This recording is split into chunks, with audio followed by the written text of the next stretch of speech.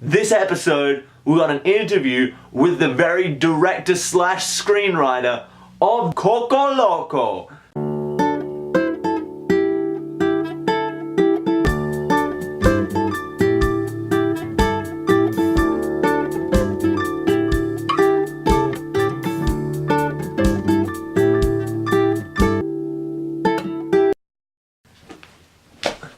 Good day, my fleshlings of the internet. I am Rainer Shu of Bedroom Tycoon, the show where you follow me on my awesome projects. And I just want to say, awesome. First up, the last one we did, the music video, turned out great. So if you're watching us through the production of that, I'm glad it turned out as good as it did because I was a little worried. But here it is and all the steps if you want to see that. Anyway, check it out, it's mad. Out of the way now, we're on to the new project.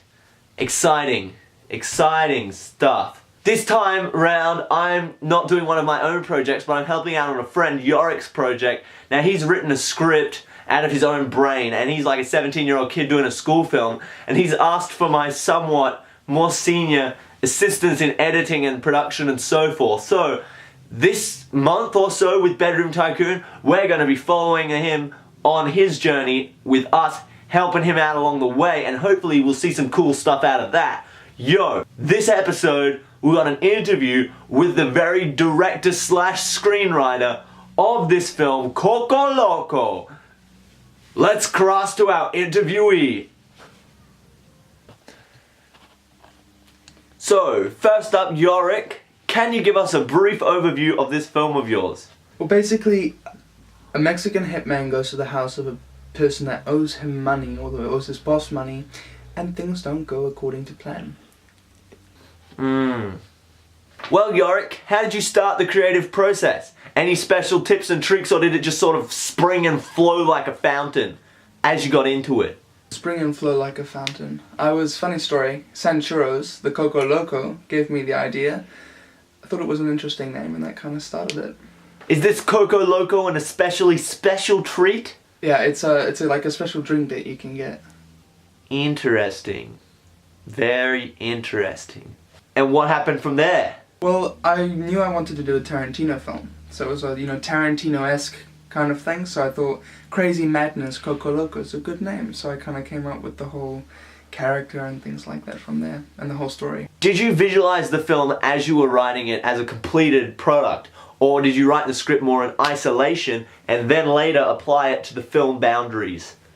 I visualized the whole thing when I was writing it, but that's the way it works. You're writing the thing, I'm thinking of new ideas, how that can fit in, but then I was applying film boundaries to it as well, because I knew it was going to be a film. But I wanted to make it easy as well, so I decided to make it in one scene, one setting, to make it a lot easier. And I looked at a Tarantino, Pulp Fiction in particular, the hamburger scene with Vega and Vincent, and based it off that. Most curious. Yorik, do you find when you write, is the process pretty straightforward, or does it meander about like the river in Turkey? It starts off straightforward. You start having this idea, and then it goes all over the place. You start having these new ideas, start fitting into this different, and it becomes so different from what you thought it was going to be at first. So yeah, it was an interesting process. It always is. Intriguing.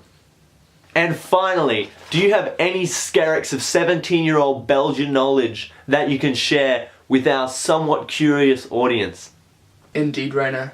I have many, but I will say this one. You need to stay motivated, you need to keep those ideas flowing, and yeah, basically just stay motivated. That's the only way you're going to finish the creative process and move on to the principal photography.